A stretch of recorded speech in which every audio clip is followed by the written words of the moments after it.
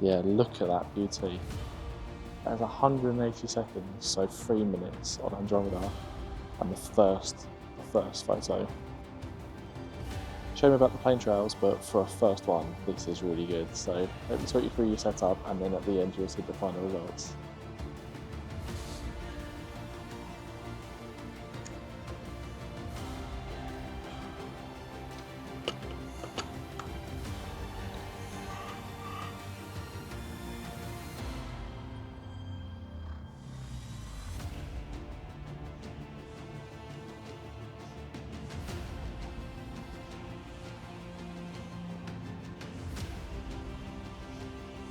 So before we dive into the gear and the setup that I'm using, I think it's just very worth to call out that astrophotography is quite an expensive hobby. So although I'm going to call this a budget rig, please obviously do bear in mind that astrophotography is an expensive hobby, and I think with that in mind, I've tried to use things where I've used marketplaces, and I've bought a lot of this stuff used and secondhand. Purely to try and save on costs. So a lot of this is, I've tried to go in the smart route rather than go down the cheap route. I've gone down the stuff which will make this completely modular that I can add to later on. So every investment I've made has been quite carefully calculated to make sure that this will last me a lifetime, and essentially I can upgrade little bits and pieces as I go rather than kind of forking out and then having to re-fork out again for this setup. So let's get into it. And actually, one of the things I should call out as well at the start of this is that, yes, this is probably more of an entry-level setup that you'll probably get going into astrophotography, but it's not the only option. So if you've watched some of my previous videos, you'll see that I've used the Dwarf 3 quite a lot for astrophotography. Those smart telescope worlds are really, really good. I'll talk more about that at the end of different options, and I'll show you some of the photos I've taken from that. But essentially, that's a really good starting point and got me into the hobby. It made it really accessible, really portable, really good. This is definitely not a portable option. But I think it depends on budget and interest as well. I think that the Dwarf is really, really good. I've not tried the Sea Star. My friend's got one. Sea Star, if you're watching this and you want to send me one to try, would absolutely love that. But yeah, I guess the reason for upgrading as well is that they're obviously limited. All-in-one systems are definitely very limited as opposed to something like this. So let's get into this and show you why I've upgraded. So one of the key main features of this setup is the mount itself. So this is a Skywatcher Adventurer GTi model, and this has got the pole extension as well. So it's the complete kit with the tripod, which gives really good stability, and I've got the counterweight on it, as you can see. This will give me everything I need, and the most crucial part of the GTi, and why I went for the GTi over others, is essentially this little component, or this little panel here. What that allows me to do is that allows me to connect to my ASIAIR Mini, and essentially the ASIAIR Mini is what will give me the ability to track, and more importantly, the go-to features that you can get from the ASIAIR. Yeah, so I can do plate solving and polar alignment a lot easier, essentially all within one mount, all within one easy setup, and it can contain the weight that I'd have for different scopes. So at the moment I've got the RedCat, which I'll talk more about in a minute. But if I have bigger, heavier scopes on there, this will support that, so it's allowed me to be modular. So I believe it's about £550 new if you get the pillar with it. I didn't get the, I didn't buy it new. I bought it second hand off my mate Matt. I paid £350 for this second hand, which was an absolute steal, and I really appreciate it from Matt. But yeah, they're £550 brand new. So already a cost saving there, and something that I think I will never need to replace ever. Something I didn't buy used and I bought brand new is the ASIAIR Mini. Look at that beauty. I managed to buy this in the first light optic sale for £185, which was really, really good. Actually, I think they're £250 new.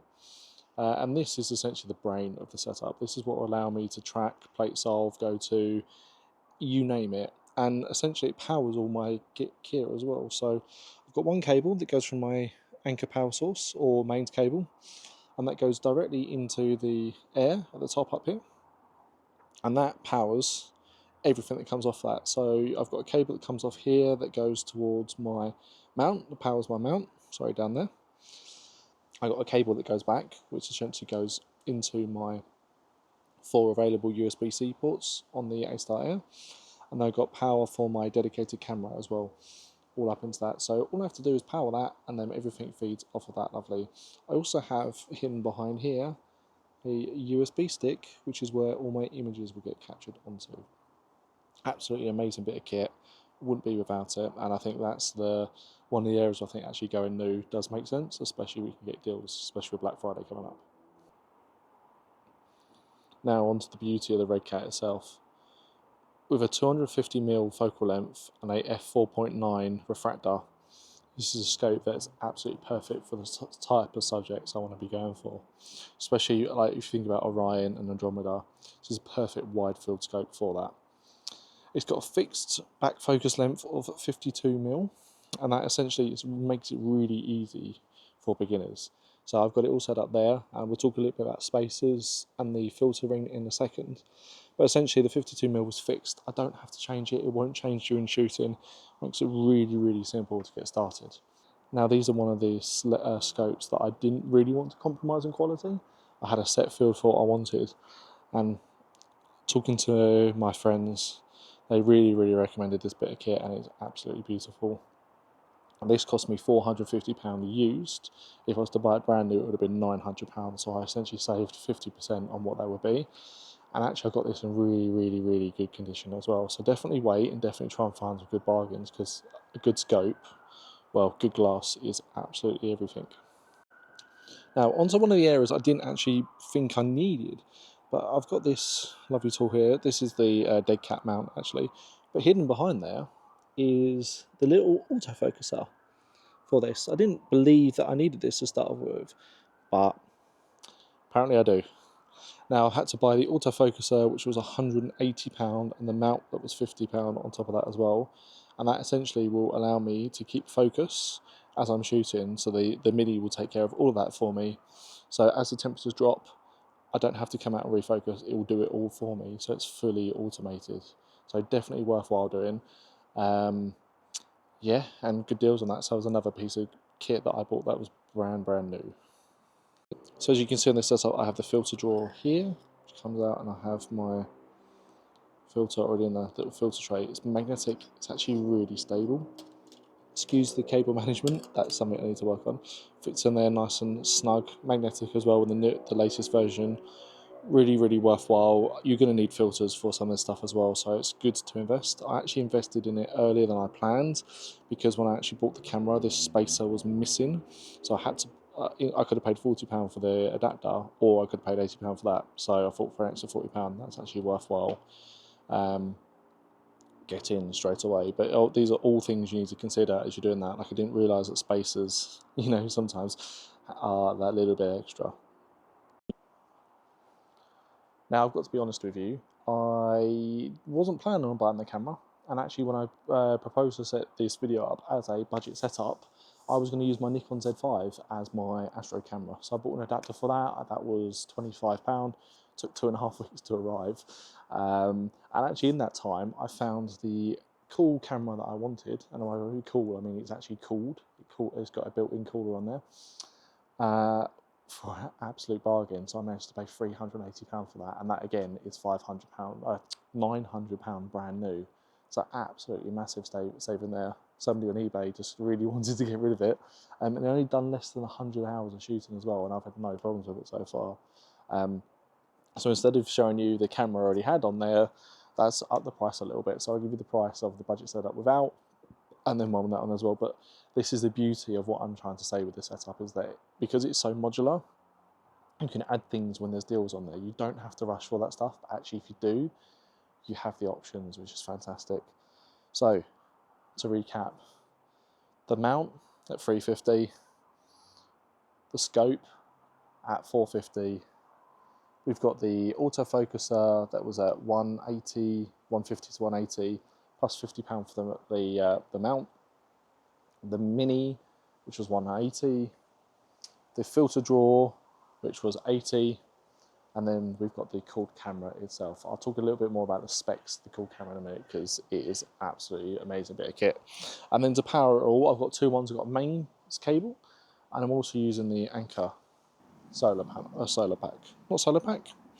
Anker power pack. This is a 200-watt one, and I find actually it works really well, especially with the cool camera, which does drain a lot more battery than I thought it would have done, but can easily run a couple of hours on that if I want to take it out and about somewhere. Now, when I talk about budget setup, it doesn't matter if you have the DWO, if you have something else, you need to edit these photos, and you need really good software for that. And one of the things that doesn't get called out enough is PixInsight. I use PixInsight to edit all of my photos. I believe the license is €350. It's about £290, probably about $300-ish. Absolutely amazing bit of software, and if you want to get serious about astrophotography, you'll get really good results. However, there's add-ons you need to buy as well, and there's 3 in particular add-ons. You've got BlurX, NoiseX, and Star Removal, and they range between $50 each to, I think, $90. I'll put the exact prices on the screen now for you for each of those bundles. But essentially, that's something you've got to figure out as well. That's easily another £400 to £450 on top of that, just for software costs on its own.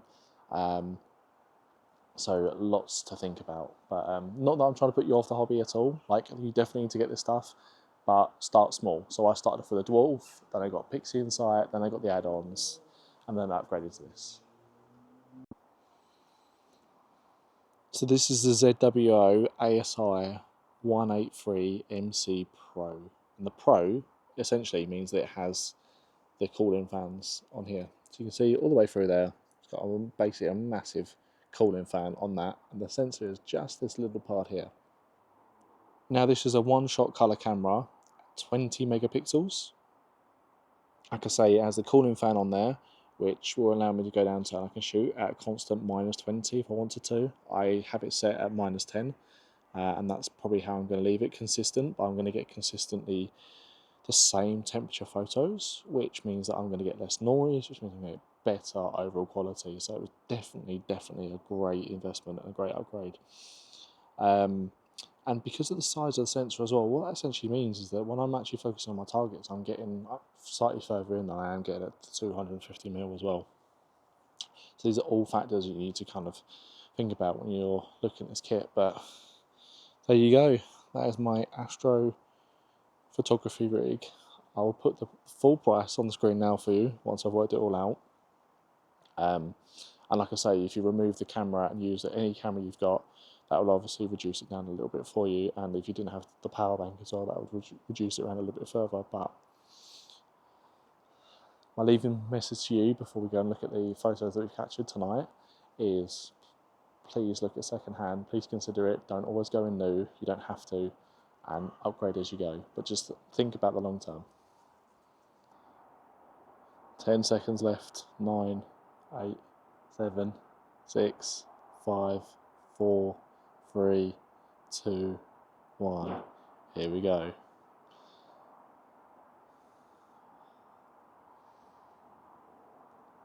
Yeah, look at that beauty.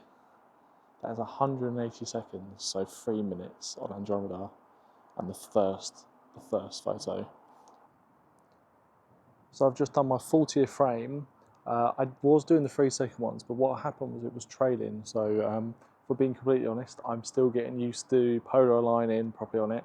I was a little bit far out because I don't have a guide scope.